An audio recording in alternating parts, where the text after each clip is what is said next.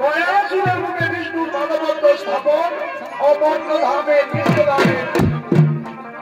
শুধু দর্শক মন্ডলী, আমরা হয়তো সকলেই জানি যে পৃথিবীতে প্রতিটি জীব জন্মগ্রহণ করে বছরে কোনো না কোনো একটি নির্দিষ্ট ঋতুতে, কিন্তু মানুষ কেন জন্মে ও পরে প্রতি ক্ষণে ক্ষণে দিবারাত্রিতে?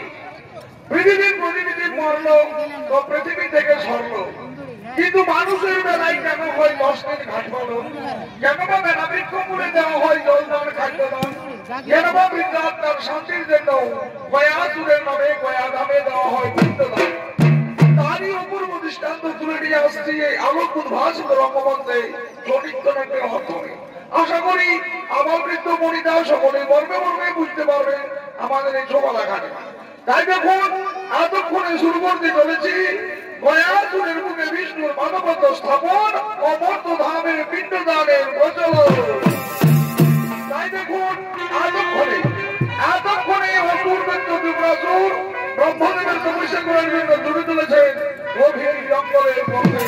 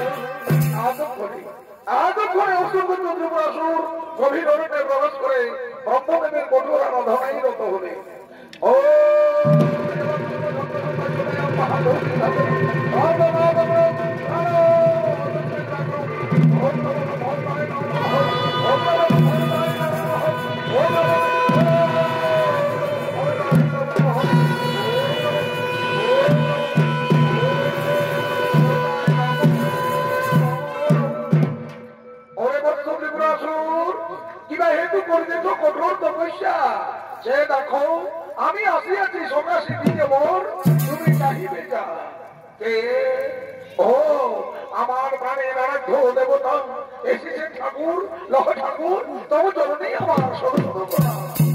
ওই বৎস ত্রিপুরাসু, আমি তোমার তপস্যায় সন্তুষ্ট হয়েছি বৎস। বলপুত্র, কি ব্যবহার চাও তুমি? ওগো ঠাকুর দয়াময়, সত্যি যদি আপনি আমার তপস্যায় সন্তুষ্ট হয়ে থাকেন প্রভু, তাহলে আপনি আপনার মনোমত বড় পায় দান করুন প্রভু। আপনার মনোমত বড় পায় দান করুন। আমার মনোমত বড়, তাহলে সর্ববৎস ত্রিপুরাসু, যে সন্তানকে তুমি তোমার স্ত্রীর গর্ভে করিয়া স্থাপন আজ তপস্যায় সন্তুষ্ট করলেই চতুর্ভুজ ব্রহ্মপদ্মাসন, যাও যাও রে বৎস, তোমার সেই স্ত্রীর গর্ভের সন্তান হবে চির অমর, কারো হস্তে তার না হবে মরণ, সে হবে ব্রহ্মা বিষ্ণু মহেশ্বরের মতো চির অমর। জীবন দিয়ে ঠাকুর মরেই আমি যে সন্তানকে আমার স্ত্রীর গর্ভে করিয়া স্থাপন আজ তপস্যায় সন্তুষ্ট করলাম এই চতুর্ভুজ ব্রহ্মপদ্মাসন, আমার স্ত্রীর গর্ভে সন্তান হবে চির অমর, কারো হস্তে তার না হবে মরণ, সে হবে আপনাদের মতোই চির অমর। আপনি আমায় এই বলেই দান করুন প্রভু, আপনি আমায় এই বলেই দান করুন। তথাস্তু তথাস্তু তথাস্তু।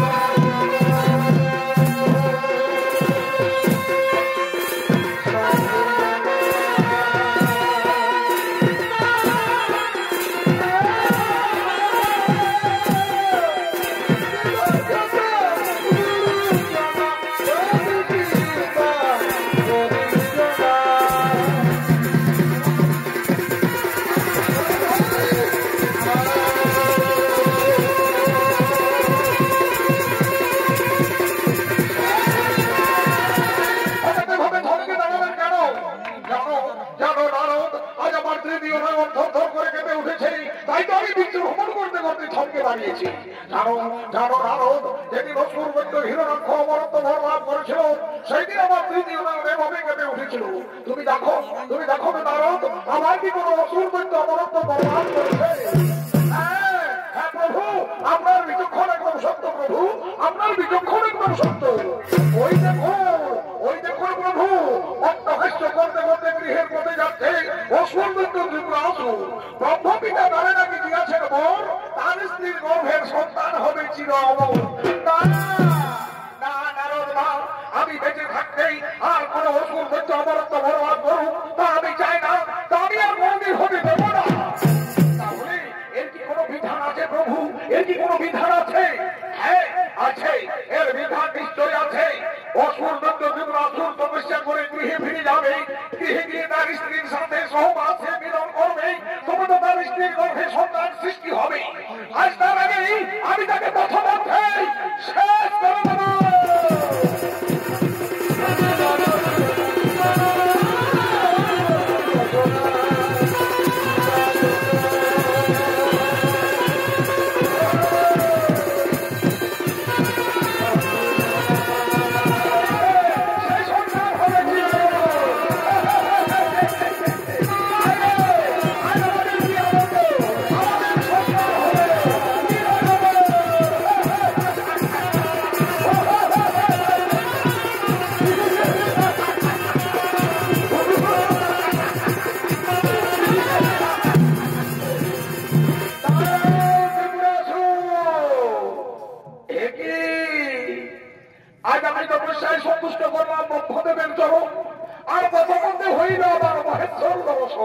সত্যি আজ আমি বড়ই ভাগ্যবান।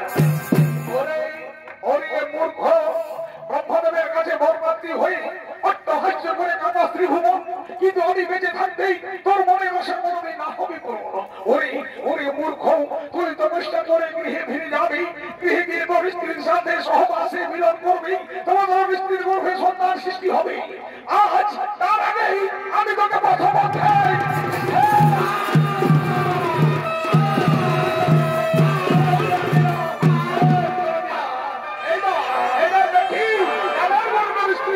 সন্তান হয় আর কেমন করে হবে সেই সন্তান চিরই অমর।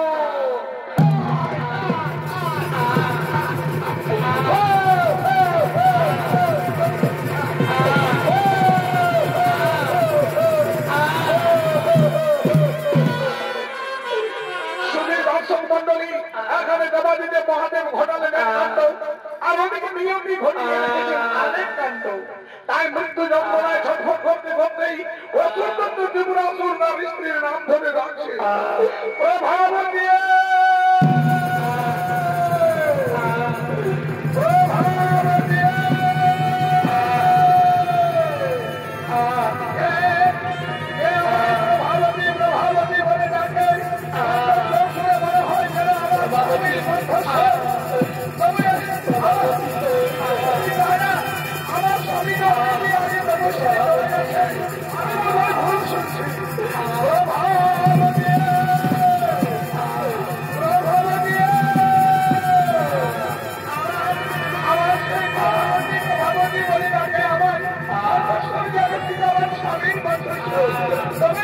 আমার স্বামী কি কোনো বিপদ হয়েছে?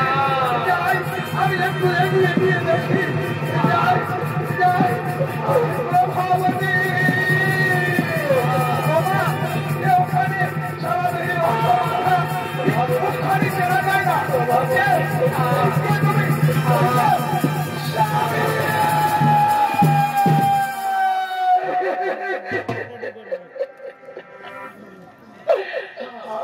প্রভাবতী তুমি এসেছ, প্রভাবতী তুমি এসেছ।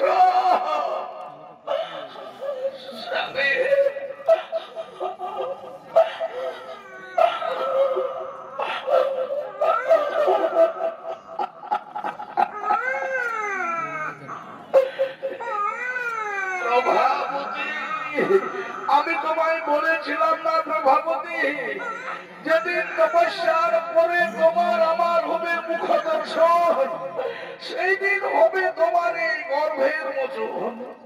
তুমি দেখো তো প্রভাবতী, আমাদের কি সন্তান হয়েছে প্রভাবতী, আমাদের কি সন্তান হয়েছে। আমি গো আমাদের পুত্র সন্তান হয়েছে স্বামী, কিন্তু স্বামী তোমার হেন দুর্দশা ঘটায়। প্রভাবতী আমার তপস্যায় সন্তুষ্ট হয়ে ব্রহ্মদেব আমায় বর দিয়েছিলেন, তোমার গর্ভে যে সন্তান রয়েছে সেই সন্তান হবে চিরই অমর। কিন্তু দেবাদিদেব মহাদেব তা সহ্য করতে পারলেন না। মহাদেব ভুল ভাবলেন, মহাদেব ভাবলেন আমি তপস্যা করে গিয়ে ফিরে যাব, গিয়ে তোমার আবার মিলন হবে, তারপরে তোমার গর্ভে পুত্র সন্তান সৃষ্টি হবে। তাই তোমার আর আমার জীবনে যাতে কোনদিন মিলন না হয়, তাই আমাকে প্রথম মধ্যে নিরস্ত্র অবস্থায় কুপিয়ে কুপিয়ে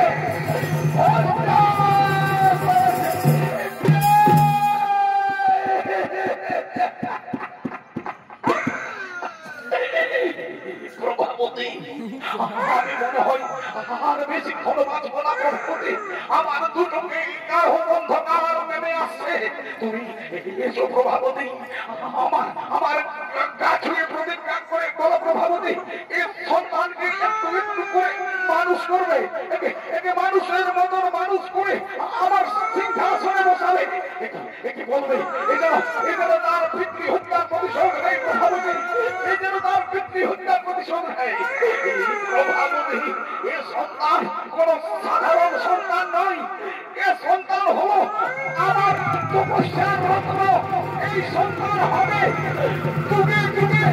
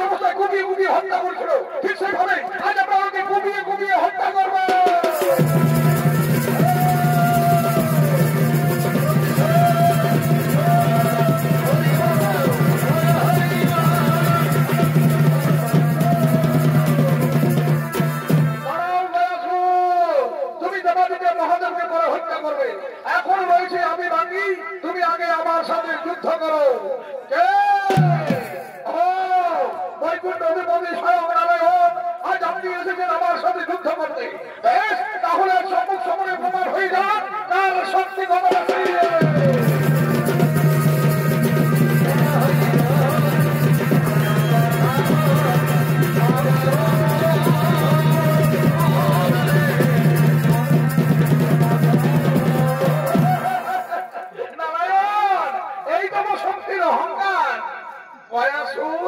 তুমি আমার হাতের অস্ত্র করে নিয়েছো তো কি হয়েছে?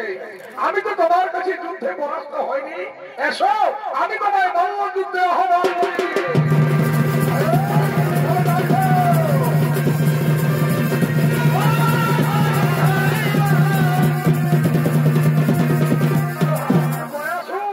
এই তোমার শক্তির পরিচয় নারায়ণ। আমিও তো তোমার কাছে যুদ্ধে পরাস্ত হয়নি নারায়ণ, আমারও দেহে প্রচুর শক্তি আছে। এসো আমিও তোমায় মল্ল যুদ্ধে আহ্বান করি।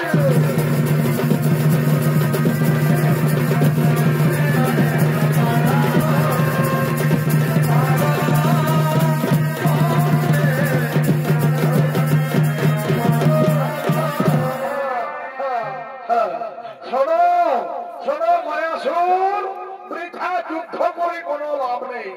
এ যুদ্ধে আমরা কেউ পরাস্ত হব না, কারণ তুমিও অমর আর আমিও অমর।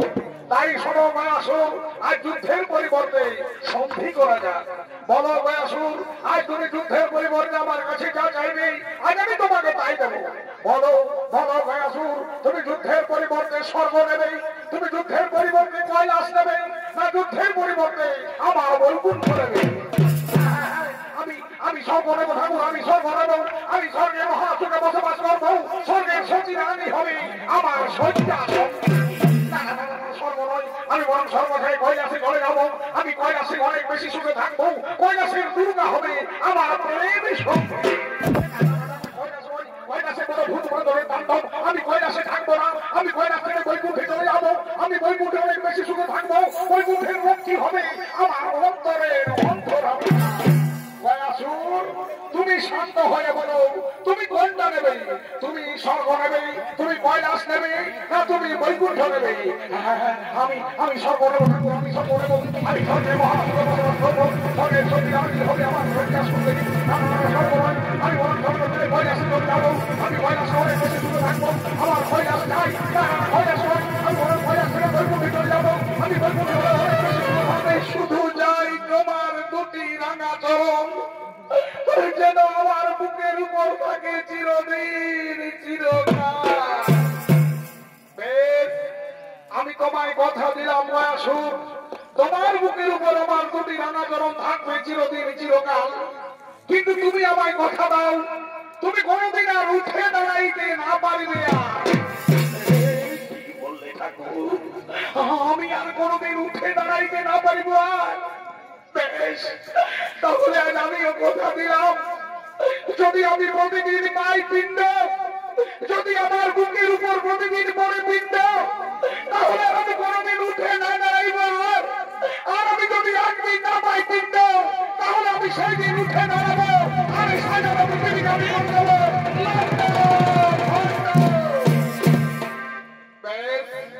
আমি তোমায় কথা দিলাম মায়াসুর, তুমি প্রতিদিন পিণ্ড পাবে, তোমার বুকের উপর প্রতিদিন পিণ্ড পড়বে।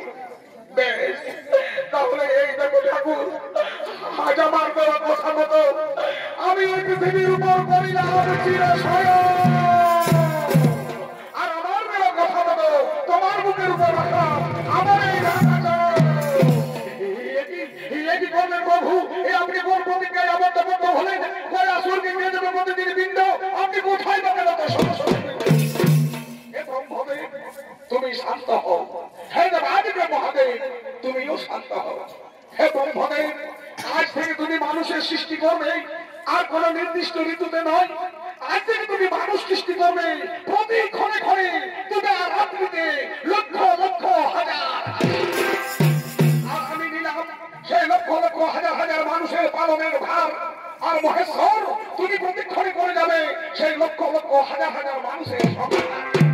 তাহলে প্রতিদিন প্রতিক্ষণে লক্ষ লক্ষ হাজার হাজার মানুষ জন্ম নেবে এই পৃথিবীর বুকে, আর প্রতিদিন প্রতিক্ষণে লক্ষ লক্ষ হাজার হাজার মারাও যাবে এই পৃথিবীর বুকে। আর পৃথিবীবাসীর মানুষ তাদের আত্মীয় পরিজনের মৃত আত্মার শান্তির জন্য গয়াসুরের নামে গয়া ধামে পিণ্ড দান করবে। পিণ্ডর লোভে গয়াসুর নিশ্চিন্তে শয়ন করে থাকবে চিরকাল। মহাসুখে থাকবে পৃথিবীর মানুষজন, আর মহানন্দে থাকবো আমরা স্বর্গের দেবদেবী। এসো এবার আমরা নিজ নিজ ধামে করিব বলব।